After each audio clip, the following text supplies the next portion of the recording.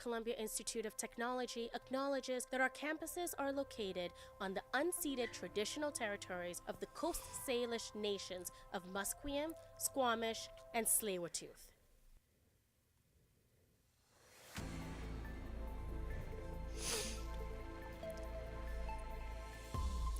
Good afternoon, this is Eden Chipperfield, and here are your top news headlines at 1 p.m. U.S. President Donald Trump has declared he found the supposed link to autism, and the answer lies in millions of medicine cabinets around the world.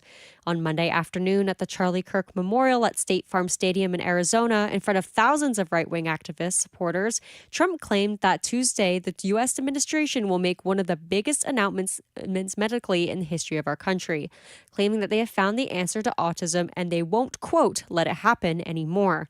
The Trump administration has linked growing rates of autism within the United States to the use of Tylenol. Trump called autism artificially induced, but with no research to back up his claim. Canadian and American medical experts have pushed back on the claims, including associations for gynecologists and obstetricians, that there is no evidence linking the development of a fetus and Tylenol to autism, and that the claim pushes unwarranted fear and guilt among pregnant women. RCMP and representatives of the Canadian Food Inspection Agency have arrived at the BC ostrich farm that is subject to a cull order to kill about 400 birds. Videos posted online show a line of police vehicles and waste disposal trucks at Universal Ostrich Farms, which has been fighting in court for months to stop the cull after an outbreak of avian flu. Farm spokeswoman Kate Pasitsny says that they've been notified that there are 3 search warrants being served on them. The farmers say that the remaining birds are healthy, hold scientific value, and should not be killed, while the federal agency says the birds were infected with a unique and more lethal strain of the virus. Health Minister Josie Osborne says almost 3,000 U.S. healthcare workers are expressing, quote, strong interest in relocating to BC. Osborne says it is not surprising that many American health workers are looking to BC when they see what's happening in their country, including the, quote, erosion of rights, disregard of science, and in denial of universal health care. And now, with more U.S. doctors and nurses who are joining our workforce, we will reduce wait times, improve access, and strengthen team-based care across the province. The Conservative Party of BC have concluded their leadership review to see whether John Rustad should remain as party leader. The review was held in 93 ridings. 70.66% of voting members said Rustad should remain, while 29.34% voted no. Rustad secured a victory in 78 out of the 93 ridings. He lost in 10 ridings, tied in 3, and in 2 no votes were cast. The vote count was conducted by an impartial third party, and the leadership review process was managed by returning officer Mark Robertson.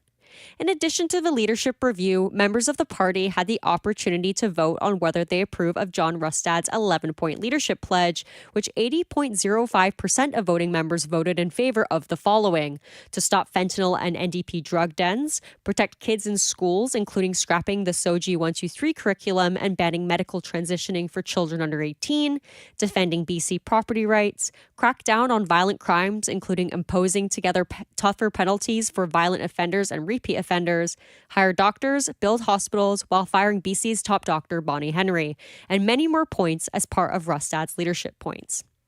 The labor dispute between public service workers and the province has now spread to 3 liquor and cannabis distribution warehouses.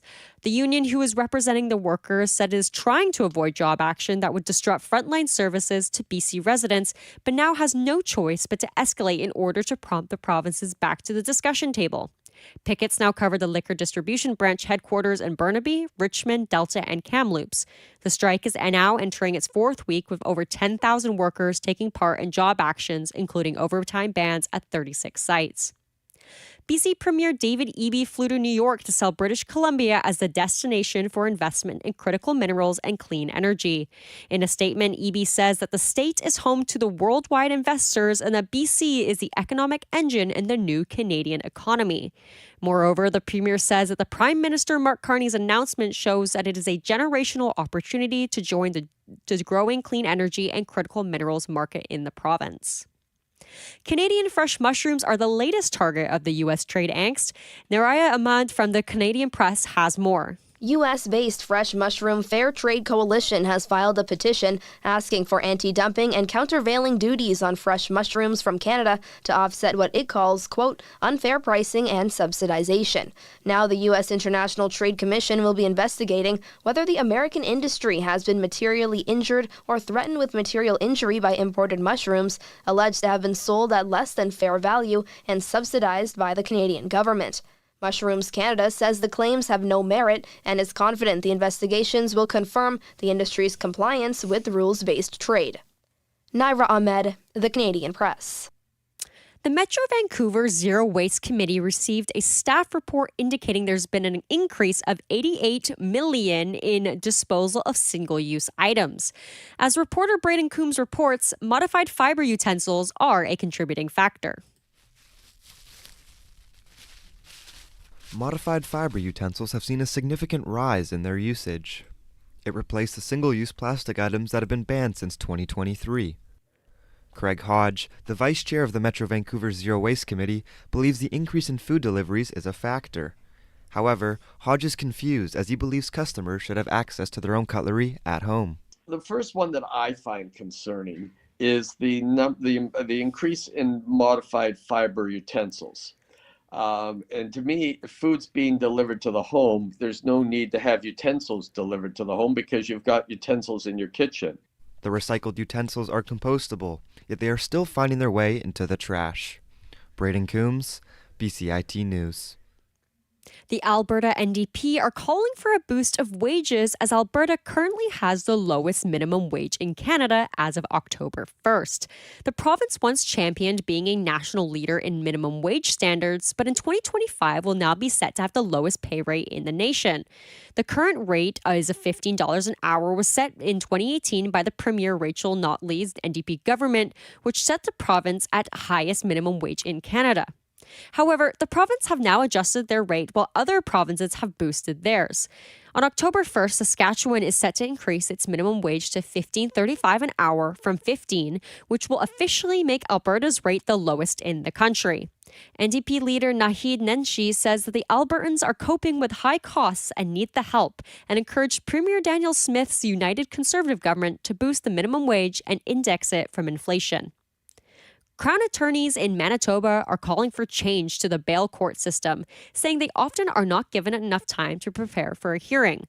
The association that represents Crown attorneys is recommending that prosecutors are given a day's notice before bail hearings they contest go before a judge. Crown attorney Brooke Johnson says lawyers are sometimes given less than a few minutes to prepare. One of the main problems is that when you step in the door to court that morning, you have no idea what it is that's going to be proceeding that day. Bail court is essentially the only place where that happens. At the United Nations Assembly in New York City, French President Emmanuel Macron states that France will recognize the state of Palestine. Riyad Mansour, the Palestinian ambassador for the United Nations, says the announcement is very important. This is historic. This is an accumulation of so many things, especially when countries like France, UK, and the others to recognize the state of Palestine. It's an investment in peace and saving the two-state solution. The Trump administration's abrupt decision to slap a $100,000 fee on H-1B visas has stunned and confused employees, students, and workers from the United States to India and beyond. Since announcing the decision Friday, the White House has tried to reassure jittery companies that the fee does not apply to existing visa holders and that their H-1B visa employees traveling abroad will not be stranded and able to re-enter the United States without coming up with $100,000. But many companies remain confused about the new policy, which took effect at 12:01 a.m. Eastern Sunday. After deflecting the U.S. Justice Department's attack on its illegal monopoly in online search, Google is facing another attempt to dismantle its internet empire during a trial focused on its abusive tactics and digital advertising. The trial that begins Monday will revolve around a harmful conduct that caused parts of Google's digital advertising technology to be declared a monopoly. Google and the Justice Department spar in court while presenting evidence in a remedy trial that will decide how to unwind the monopoly. The Justice Department wants to break up Google's ad system after being thwarted in its attempt to break up the company in a search monopoly case. Jimmy Kimmel is returning to the airwaves on Tuesday night. Reporter Mike Dabrowski has more. Jimmy Kimmel Live is expected to air a new episode Tuesday night, days after Disney suspended production on the show after Kimmel's comments following the killing of conservative influencer Charlie Kirk. Disney, the parent company of ABC News, said the comments were ill-timed and thus insensitive. After days of what they call thoughtful conversations with Kimmel, they reached the decision to return the show. Bruce Pearl, winningest men's basketball coach in Auburn history, announces retirement. Auburn basketball coach Bruce Pearl has announced his retirement months after taking the Tigers to another NCAA Final Four. Pearl's 38-year-old son, Stephen Pearl, is taking over as head coach of the Tigers. In a 14-minute video posted on social media Monday, the 65-year-old Pearl says he feels that it's time to pass on the torch. Pearl is leaving Auburn as the school's winningest men's coach after taking the Tigers to their only 2 Final Fours. Pearl will move into an ambassador role as an assistant to Auburn's athletic director, and he says he isn't going into politics after rumors he had circulated about a potential Senate run. The Canadian Football League have announced significant change to the CFL rulebook.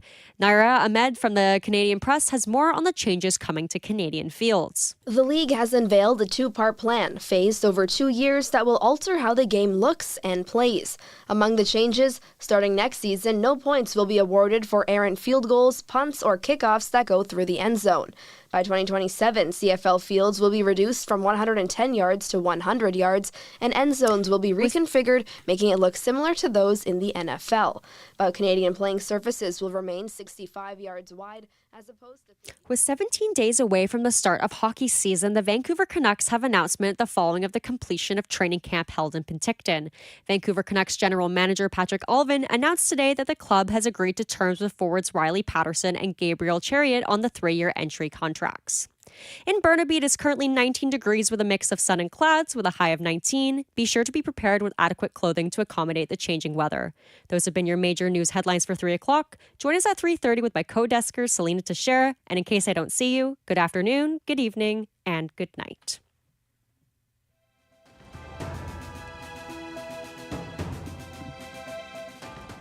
Stay tuned for more on BCIT's 1680 The Crow. When I tell people that I study journalism, they immediately say, oh, you want to be a reporter. But I think, in my case personally, I really want to go into magazines, PR, social media. And I think here at school we learn a lot of skills that allow you to go into that world, because you learn how to write for social media, social content, for websites,